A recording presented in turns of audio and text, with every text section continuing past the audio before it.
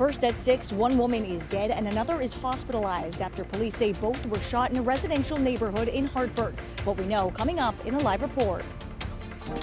And about 1 million people are expected in Lower Manhattan today for the New York Knicks Victory Parade. We'll tell you what you need to know if you're heading to the Big Apple for the celebration.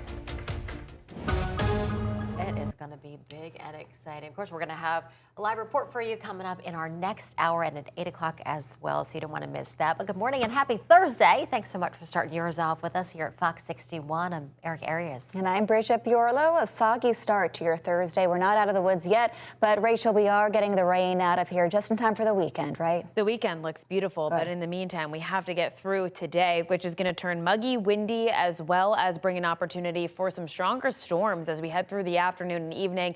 Some of those strong storms could pack a punch, get to severe weather criteria. Primary concern, wind. We also watch for any rotation in some of those storms as well. So it is certainly a day where you want to stay weather aware today. Right now, out the door, temperatures are anywhere from 9 to about 15 degrees warmer than this time yesterday, sitting in the 60s across the state at 61 in Torrington, 67 degrees in New Haven, 62 in Willimantic. A couple of light showers around this morning. Otherwise, it is cloudy. We'll have a few more showers move through the morning commute. But otherwise, as we head through, we'll zoom out to the bigger picture here where you can see this front.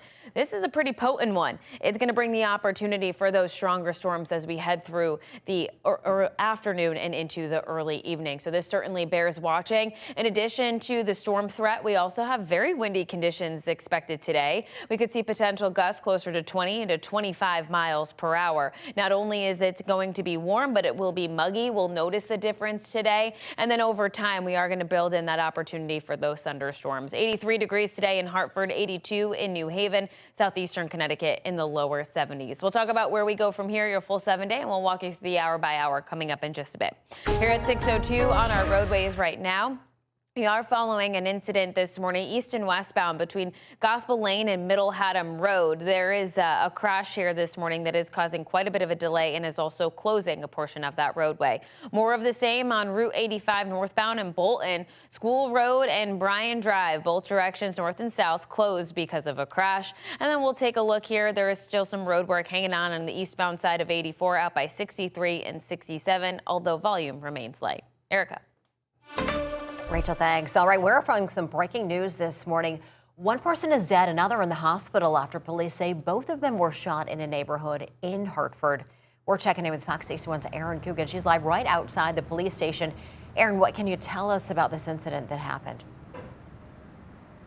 Yeah, well, Hartford police say both individuals shot were women. 46-year-old Diana Tirado was found slumped and unresponsive in the driver's seat of a car parked on Magnolia Street. Just a couple of feet away, they found a second woman lying on the ground. Tirado was declared dead on the scene. That second woman was brought to the hospital where police say she is now stable. We do want to get you to footage from last night. This is again just after 7 p.m. on Magnolia Street. Hartford police say a shot spotter notification prompted their initial response. Upon arrival, again, only 2 women were found injured at the scene. Tirado shot multiple times, while that second woman, who we've now learned is in her 30s, was shot just once. It's unclear at this point whether or not the 2 individuals knew each other or what exactly led up to the shooting. Police have not indicated anyone is in custody or whether that gunfire was between the 2 women or a potential third party. We do, however, expect with that second woman conscious at the hospital, police will soon know much more about what led up to this shooting, as that is on its way. Police say anyone who knows anything about what happened yesterday is asked to call police. We're live in Hartford. Erin Coogan, Fox 61. It's been a violent week in Hartford, the capital city. Erin, thanks for that update there. At 6:04 now, happening today, New York City. Knicks fans are geared up for the Victory Parade that's expected to step off in just a few hours from now. It will begin at 10 a.m. near Battery Park. The parade will travel north, up Broadway, and will end at City Hall. New York City Mayor Zohran Mamdani will present the Knicks with a key to the city. Alicia Keys is expected to be there performing the 2009 hit Empire State of Mind that she collaborated with Jay-Z. If you're expected to go to the parade yourself, expect a lot of company there. Around 1 million people are going to attend the festivities as expected. So that means there will be extra security in Lower Manhattan. Officials will use helicopters, mounted units, K-9 teams, and undercover officers Around 10,000 officers will be on hand, scattered throughout the crowd. You know, NYPD working with New York State Police and working in counterterrorism, and we have everybody. We've already been gaming out the strategy for this with the city, and I feel confident that it'll be a secure event. The NYPD will also activate its anti-drone squad, and the sanitation department will block several roads throughout the city. Now, because of the parade, there is an alcohol ban on all Metro North and Long Island railroads.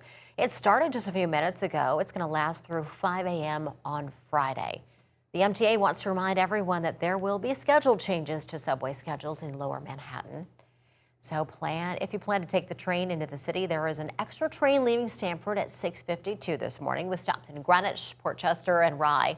7 trains are going to make extra stops at Fairfield, Blackrock, Darien, Rowayton, Stamford, and New Rochelle between 5:47 and 7:49. And to get back to Connecticut, train service will be available out of Grand Central until about 2 a.m. Because of the increase of riders that are expected, be prepared to share space. That means keep your luggage, backpacks, and your feet off of the seats. Also be prepared to stand if the train runs out of seats. Last night in Versailles, President Trump signs an agreement with Iran that would bring an end to the conflict and reopen the Strait of Hormuz. The agreement was signed by both parties and takes effect immediately. According to Pakistan's prime minister, he served as a mediator.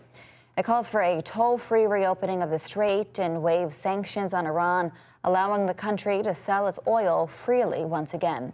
The agreement also calls for Iran to dilute its stockpile of enriched uranium and starts a 60-day period to determine the fate of Iran's nuclear program. Economic relief from the agreement is expected to be a slow process over the next several months. State-of-the-art technology helped save a man who had been lost for days. Fox 61's Victoria Anderson shows us how it works and how they got to that man just in the nick of time. This thermal drone technology that you're looking at helped save a man's life who had been missing for days. It gave the Oxford EMS Special Operations Team eyes in the sky to go along with their noses on the ground. It's a little bit outside of the norm for EMS. One thing that we focus on is saving lives. That's still. And we do that through any means necessary. It was a rough day for a rescue Friday, according to Oxford drone search and rescue lead Sam Unsworth. Super hot, no cloud cover, middle of the summer, so definitely a time when resources get drained pretty quickly. It was day 2 of a search for a special needs man who had walked away from his home, and with every minute, the chances of a safe return were dwindling. So the New Haven police made a call. You can see the difference in the contrast between the dog and the environment behind them, and then you can see them making contact with that individual. He'd gone in between these cattails that were probably about 6 feet high and collapsed, probably about 5-6 feet inside of that. Using drone thermal technology and several canines on the ground, Oxford EMS Special Operations Team found the missing man in just 4 hours. Alive, but barely hanging on, according to canine handler Celeste Robital. I think that the combination of all those assets at one place at one time saved that man's life. The call to serve outside of Oxford was a first for the newly established team of volunteers. However, a save like this was a long time coming for Oxford EMS Chief Seth Poston. I've been in EMS since 1998, and this is definitely one of my highlight moments for my career. Oxford EMS and their Special Operations Division is currently taking volunteer applications. You don't need any medical experience to apply. In Oxford, Victoria Anderson, Fox 61. Victoria, thank you. Thank goodness they were able to locate that man just in time. Meantime, at 6:09, a fire sparked inside of a factory building in Manchester. This was the scene on Hilliard Street just after 3:30 yesterday afternoon. Crews from several nearby communities battled the flames there. The roof of the building collapsed, bringing down the second floor as well. The building is connected to Time Machine Hobby. That's a beloved toy store. Fortunately, crews say the store was mostly spared. There was probably some water damage in there, and there's some fire damage, but limited in the retail space proper, so I'm hoping for the best there. I'm glad that it's still in good enough shape to stand, right? That would have been a terrible loss. As for the toy store, Time Machine Hobby, They say they're going to be closed until further notice. Up next, the Federal Reserve announced its decision about key interest rates, what it means for your wallet. And a tractor-trailer fire in South Windsor spread fuel and scrap metal, prompting an environmental cleanup. We'll get you up to date on what happened. An iconic restaurant is set to close until Tony's Tartland, with the reason for that decision and the years of memories from the owners, customers alike.